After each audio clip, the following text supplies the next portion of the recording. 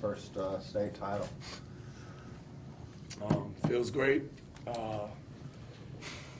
The guy to my left 7 years ago, I was working in Morgan, and I had talked to assistant principal who was my JV coach at Poly, and I knew I wanted to finish my degree in math education, and saw an opportunity at Poly, and they previously, let's say, just unsuccessful basketball program is the best word I could use to describe it beforehand. And we talked about being here today and achieving the things that we did with a group of men that were Poly grads, that were educated guys, that were very appreciative of their experience in public school, who understood the importance of what our school represents in Baltimore City. And it feels great to get it done with a group of guys like the guys to my right. How fitting is it, kind of how tough it was in the end? So I remember last year when we won the city championship, I feeling like this empty feeling as, I mean, obviously I was appreciative to win it, but I had a feeling that it wasn't, it was good, but it was a blowout win. I knew we had the best team. It was a single game situation, and I was questioning afterwards, like, why doesn't this feel better? And I think that was part of the reason. But to fight against a team like that, just fighting the way they did, to handle the adversity we did, to see, a guy like Torn, make enormous play after enormous play down the stretch after Dre carried us for most of the game. It was a win like the one we envisioned getting when we met 7 years ago. So it was extra special in that way. It was a very skilled team. They had some really tough shots in this game. But I just feel like we stayed with each other through ups and downs. To have a game that goes up and down where you have the lead, they come back and tie it. It looks like our energy is down, and to pull the guys together and see guys make a couple plays down the stretch. It's storybook stuff for me. Any of you guys, what was the mindset? What were you thinking when they hit that three at the end? There was still a little bit of time, but we went through a game when we played Simeon early in January 14th, and pretty much the same situation happened. I hit a three with a few seconds left, like 4 seconds left on the clock, and we was down one, and you got 5 seconds to take the ball out, so time keep running. And just more of the story is we went through a lot throughout the season, and pretty much been there before, so we knew what to do. Well, I knew what to do in this situation, so I just held the ball. I wasn't really worried about it. I knew the game was over. Dre, everyone's going to remember your scoring in this game, your rebounding, but you had those two big chase down block shots that were big sparks for your team. I mean, they had two what looked like uncontested layups, and at the end of the day, 2 points was pretty huge. Talk about those defensive plays and how it really sparked your guys. I make those plays all the time, so my team was pretty much used to it. They knew what to do, and we lost the city championship off of a play like that, and I got the chase down block, but nobody was there to get the ball. So, working through it, they knew what to do, and, when that happens, our energy just goes sky high. So, I just love to keep my team going. Dre, you shared that moment there with Dre at the end. What did you tell him? I mean, he probably put up one of the best state tournament performances in the history of, I guess, Maryland. Yeah. What did you tell him there, just at the end? It says on the back of our warm-ups, our family versus your team, and I love this young man like I love my children. I love all three of these guys like I love my children. And I've seen, Dre, I don't know if you guys know, I hate to bring up bad memories, but Dre had 0 points in his sophomore year in our state playoff loss. And he's the best player in the state of Maryland right now. And, I know it's not up to me to judge on a grander scheme, but when it mattered most down the stretch of this season, there was not a person that could stand in his way on either end of the floor. We've gotten on him for effort, and he gave it 110%. We've got on him for not shooting the ball, and he was jacking that thing.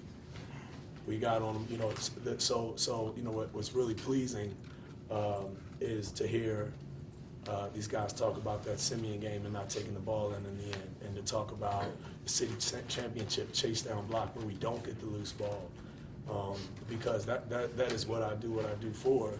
I'm an educator. I love basketball. I've loved it. I don't remember not loving it, but I'm an educator, and I want to help these guys get better and achieve the most they can in life and be a part of it, and have them know they can come back and we'll talk about it, and I'll continue to help you and you can help the next guy. To have Dre, with his level of talent, with his level of high character, with his leadership, who he is as a leader in his own family, to be a part of his story. What I told him was that you're going to get everything that you deserve coming to you. And this is one of the steps in that process to be a state champion. He was high level in this thing, man. Dre, you were one of the most emotional at the end, tears running down your face. What were you thinking? And that clock hit 0 and you were celebrating. It's just like we did it. Like throughout the season, we had a tough schedule, and we had a lot of losses going in, 7 losses, and like in the middle of the season, we was all holding our head down, and I seen the picture from way then that we was pretty much gonna win it, because like all the adversity we was going through. So I was like, we stayed together throughout the whole playoffs, and we did it. So it made me very emotional. Like, it's probably one of the best moments of my life. Not too many people win a state championship. So What was this week of practice like for you guys? Like I said, put up one of the best performances ever. Just like a focus level this week, and just what the vibe was like. all our practices throughout the state playoff run was very high energy. It was game-like, and we had a lot of 4-minute stretches where we did different things, and it was exactly like the game. So practice like how you play, so that's what we did. Demetrius and Torrin, just talk about just making plays down the stretch. And then also Rakeem coming down. He had playing with 4 fouls, and coach also, when they're done their question, talk about taking the risk of putting Rakeem back in there with so much time left.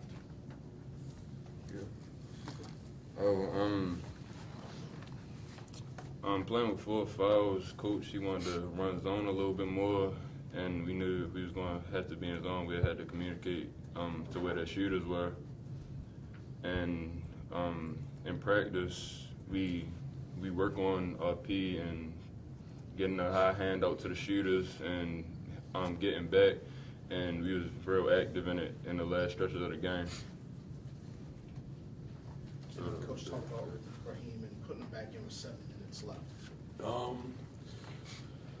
I just felt like that their defensive pressure was starting to bother us. I mean, it bothered him some as well.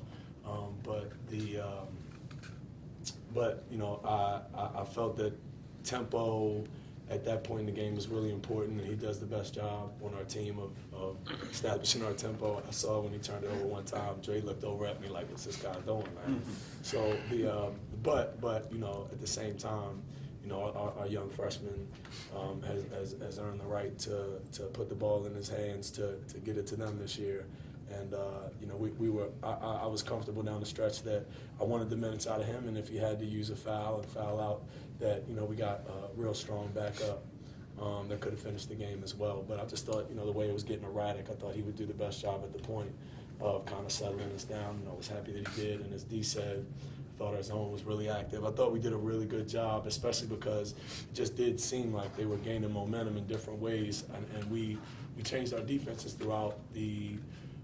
Little bit in the first, and then throughout the second half multiple times. And I thought it did, just kind of ease the, kind of put the Band-Aid on the wound a little bit going down the stretch. And then it's just, who's going to make plays, and these guys did it down the stretch. Torrin, talk a little bit about really stepping up and making a lot of big plays and maybe playing your best game on the biggest stage. I just knew that my coach had trust in me, my team. I knew that I could step up to the plate, and then it was my last game. And I had to give it my all. So I just left it all on the floor, crashed the boards, and finished. Dre, I talked to you about a month and a half ago. You said that Woodlawn loss last year in the second round of the playoffs would be with you for the rest of your life. I'm sure that this kind of wipes everything away. Not quite. Like, that loss, it'll always be with me for the rest of my life because I know we should have won, and I'm a hard competitor. So, like, knowing I missed the opportunity will always be with me. But it does feel great to win a state championship, and it goes away a little bit, but it'll always be in the back of my head that I missed out on that opportunity. This question for the players, the theme down here this year is Baltimore versus PG or DMV. Did y'all take pride in that? Not only defending the city, defending your school, but defending the city. We always take pride in everything we do. So I would say, yeah, we really took pride in it. It was more of our family versus your team. So no matter who we was playing, it was gonna be us versus them, and we was gonna stay together. So I say we took pride in it from being where we're from and representing what we do. So yes. Coach, what's this journey been like for you to get Poly boys basketball on the map? It's been great. The real important thing for me is, as Dre just said, was establishing a real family environment in our program. And, it feels good that I was getting calls from John Crosby and Brandon Lindsay and Darius Stokes-Graham and James Ball, guys that you guys would have no idea who they are because they weren't that good at basketball players when we first got there. But I told every kid when I first got there, I said there will be banners on this wall in the next 10 years, I promise you that.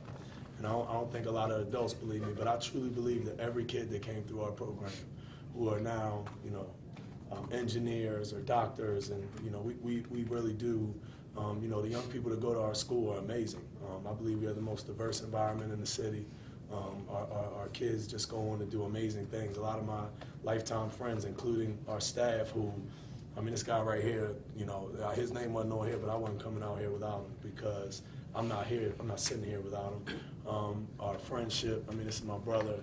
Our entire program, a group of guys that grew up in the city, went to public school, love each other. Show these guys what it's like to love, one of your friends and not to shy away from it and how you show it and how you treat each other.